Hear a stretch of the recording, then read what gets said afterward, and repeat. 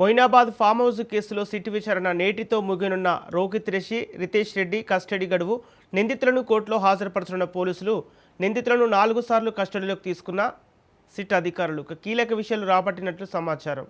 మరో 5 రోజులు కస్టడీ కోరుతూ పిటిషన్ దాఖలు చేయనున్న పోలీసులు బెయిల్ కోసం హైకోర్టును ఆశ్రయించిన నిందితులు.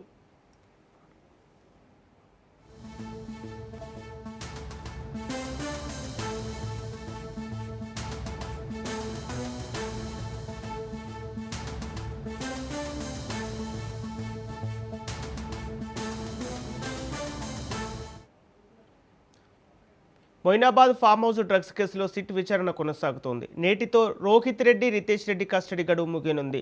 నిందితులను కోర్టులో హాజరుపరచనున్నారు పోలీసులు. నిందితులను 4 సార్లు కస్టడీలోకి తీసుకొని సిట్ విచారించింది. విచారణలో పలు కీలక విషయాలు రాబట్టినట్టు తెలుస్తోంది. మరో 5 రోజులు కస్టడీ కోరుతూ పోలీసులు పిటిషన్ దాఖలు చేయనున్నారు. నిందితులు బెయిల్ కోసం హైకోర్టును ఆశ్రయించారు. ఇదే అంశానికి సంబంధించి పూర్తి డీటెయిల్స్ మా ప్రతినిధి సునీల్ అందిస్తారు.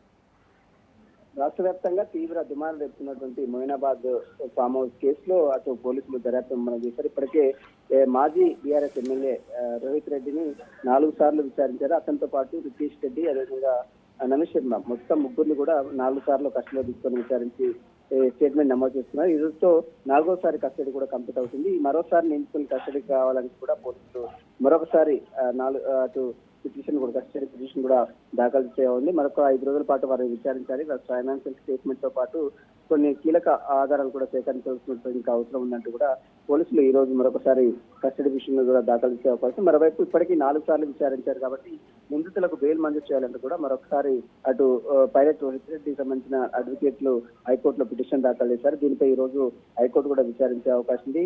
ఇక చూడాలి మరి ఇప్పటికీ 4 సార్లు పోలీస్ కస్టడీకి అనుమతించినటువంటి కోర్టు మళ్ళీ పోలీస్ కస్టడీకి అనుమతిస్తుందా లేదా బెయిల్ మంజూరు చేస్తుందా అనేది కూడా ఒక ఉత్కంఠ అయితే నెలకొందని చెప్పవచ్చు. ప్రస్తుతం అయితే దీనికి సంబంధించిన దాంట్లో పోలీసులు దర్యాప్తు అయితే ముమ్మరం చేస్తున్న పరిస్థితులు కనబడుతుంది.